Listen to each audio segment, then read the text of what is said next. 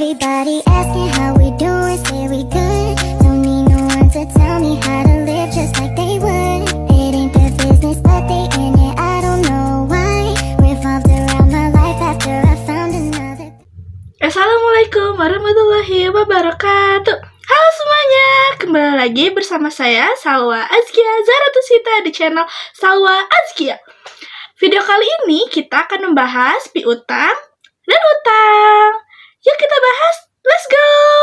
Nah, kemarin kan kita sudah membahas tentang kas and bank. Sekarang kita akan masuk ke modul piutang dan utang.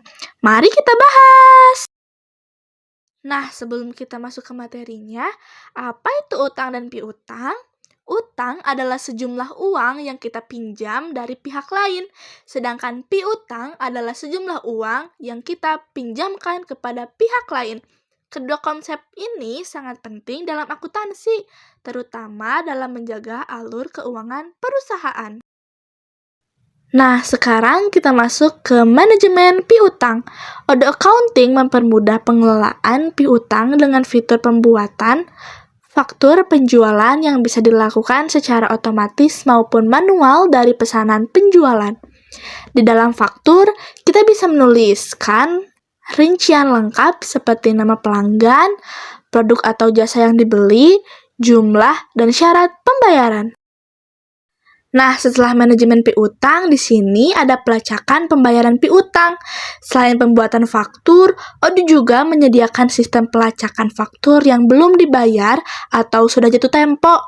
Jika ada pelanggan yang terlambat membayar, kita dapat mengirim pengingat secara otomatis. Fitur ini sangat membantu untuk mengurangi resiko keterlambatan pembayaran.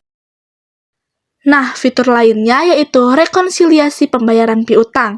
Ode memungkinkan kita untuk mencocokkan pembayaran yang diterima dengan faktur yang terkait secara otomatis.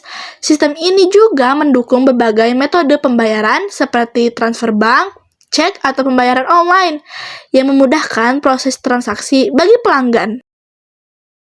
Nah, fitur lainnya yaitu laporan piutang. Laporan piutang di Odoo memungkinkan kita melihat daftar faktur yang belum dibayar, yang bisa dibagi berdasarkan periode keterlambatan, misalnya 0-30 hari atau 30-60 hari. Hal ini membantu kita untuk memonitor pembayaran yang harus segera dilunasi. Nah, selanjutnya kita masuk ke manajemen utang. Manajemen utang di Odoo mirip dengan manajemen piutang, namun khusus untuk pembelian.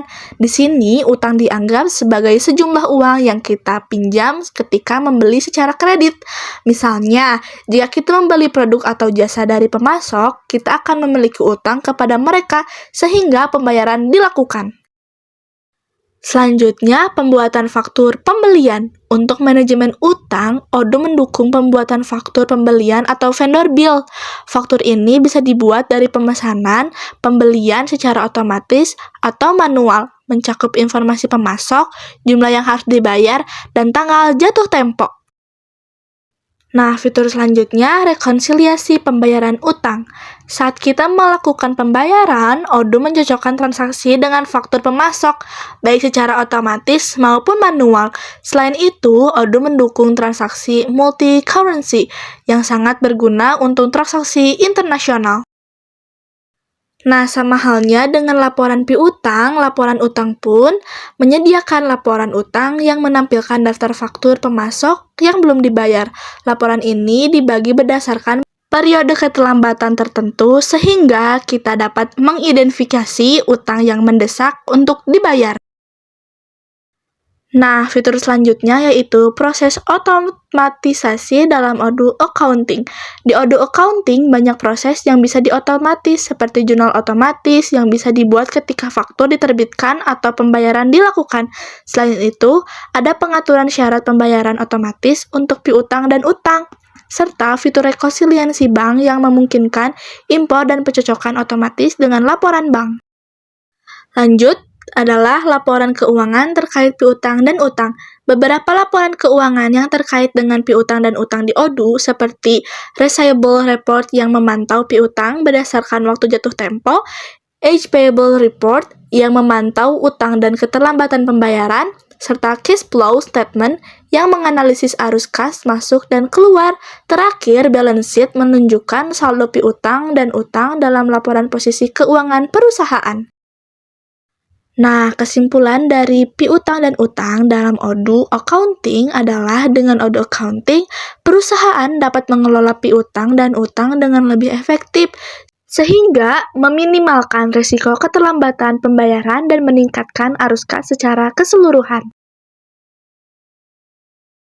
Terima kasih sudah menonton video ini. Semoga materi ini dapat memberikan pemahaman yang lebih mendalam dan menjadi bekal yang bermanfaat bagi pengelolaan keuangan di masa yang akan mendatang. Terima kasih. Dadah!